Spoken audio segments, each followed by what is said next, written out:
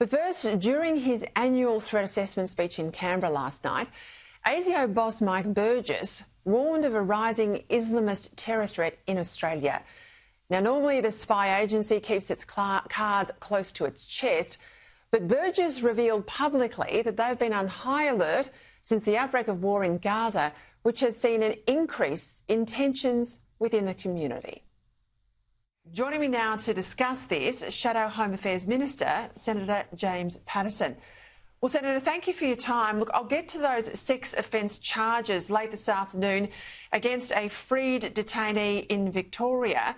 But just on the Burgess address last night, surely this warning highlights the need for a crackdown and all the anti-Semitic sentiment, the hate preachers in the mosques in particular, that we've seen in Australia since October. Exactly right, Peter. The Islamist terror threat has not gone away. In fact, it remains the principal source of the terror threat that Australia faces, as Mike Burgess said in his speech last night. And frankly, I think sometimes we can get distracted by other important national security threats and fail to remember that the most likely way that an Australian will be killed as a result of a foreign threat is from a terrorist attack here on our own soil. So absolutely clear moral leadership is required here from the government, from the Prime Minister down. And frankly, I don't think we've had that. I think there's been turning of the blind eye and tolerating of poor behaviour, which we should not accept in a liberal democracy like Australia.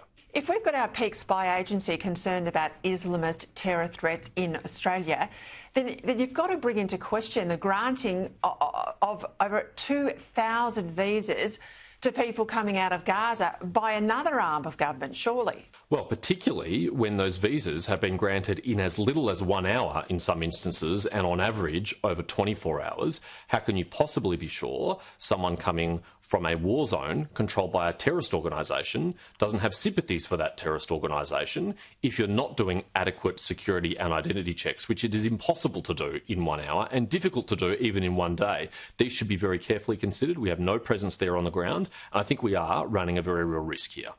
You know Mike Burgess, I mean, he's not prone to overblown rhetoric. He's pretty sober in his assessments. He warned last night there's a realistic possibility of a terror attack in Australia within the next year.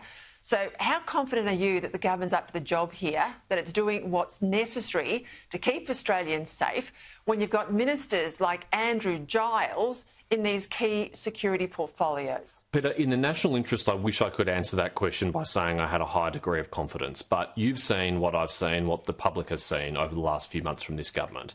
And whether it is the released detainees, boats reaching our borders, or a whole range of other national security issues, they have been consistently weak, they have been consistently slow, and they've been consistently incompetent. So I don't have faith in them. I do have faith in the good people at ASIO and the Australian Federal Police and their state counterparts who are very diligent, but they need support and they need leadership from the top, and frankly, they're not getting it under this Prime Minister.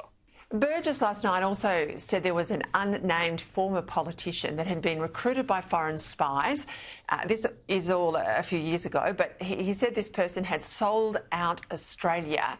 He's been under pressure today to reveal the name. Late this afternoon, Malcolm Turnbull's son, Alex Turnbull, said he was approached by an activist. We take it as a foreign activist, but by an activist. He reported it to authorities. Well, given he's put his hand up here, does that give ASIO cover now to tell us who this former politician was? Peter, this is a very important wake-up call for the public and, importantly, the political class, that foreign interference is a persistent and pervasive threat, and that espionage is too, and we shouldn't be naive or complacent about that. So I welcome what the Director-General has said. It's not for me to publicly disclose who this person is, but I think as much detail should be provided as can be provided by the Director-General and even more importantly by the government. There's nothing to stop a minister walking into the House of Representatives or the Senate with the protection of parliamentary privilege and disclosing what they can and what they know about their circumstances, because someone has gotten away with a very serious crime. Because of the time they committed it before the espionage and foreign interference laws passed, they could not be charged, and they've got away with it in that sense, and that is a shocking thing. James Paterson, thank you. Thanks, Peter. I don't suspect I'm the only one who'd sleep much better at night if we knew that James Paterson was running the show and not Andrew Giles.